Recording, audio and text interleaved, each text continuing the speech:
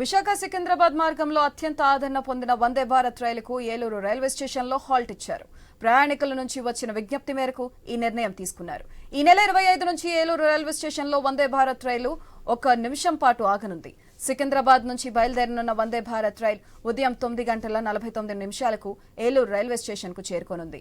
అనంతరం 1 నిమిషం పాటు స్టేషన్లో ఆగి వెంటనే 9:50 తిరుగు బయలుదేరి వెళ్లనుంది.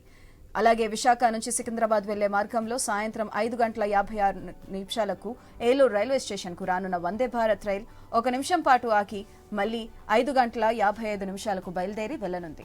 రైల్వే శాఖ నిర్ణయంపై కేంద్ర రైల్వే శాఖకు ఏలూరు ఎంపీ పుట్టా మహేష్ కుమార్ కృతజ్ఞతలు తెలిపారు.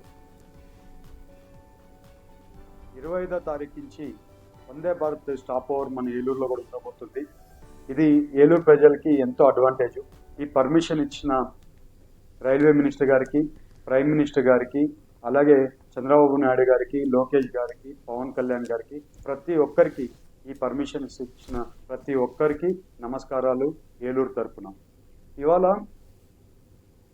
ఏలూరులో మనకి వందే భారత్ రావడం వల్ల ఎంతో అడ్వాంటేజ్ ఉంది. ఎకనామికల్ గ్రోత్ అయినా కానివ్వండి, అలాగే యువతకి ఉద్యోగాలకు పోవడానికైనా కానివ్వండి, లేకుంటే చదువుకోవడానికి పోవడానికైనా కానివ్వండి, పండగలకి ఊర్లకు రావడానికైనా కానివ్వండి, అలాగే బిజినెస్ల మీద హైదరాబాద్కైనా వైజాగ్ పోవడానికైనా కానివ్వండి, ప్రతి ఒక్కటి ఎకనామికల్గా గ్రోత్కి ప్రతి ఒక్కరికి అడ్వాంటేజ్ ఉంటుంది ఏలూరు వందే భారత్ స్టాప్ ఓవర్ ఏలూరులో.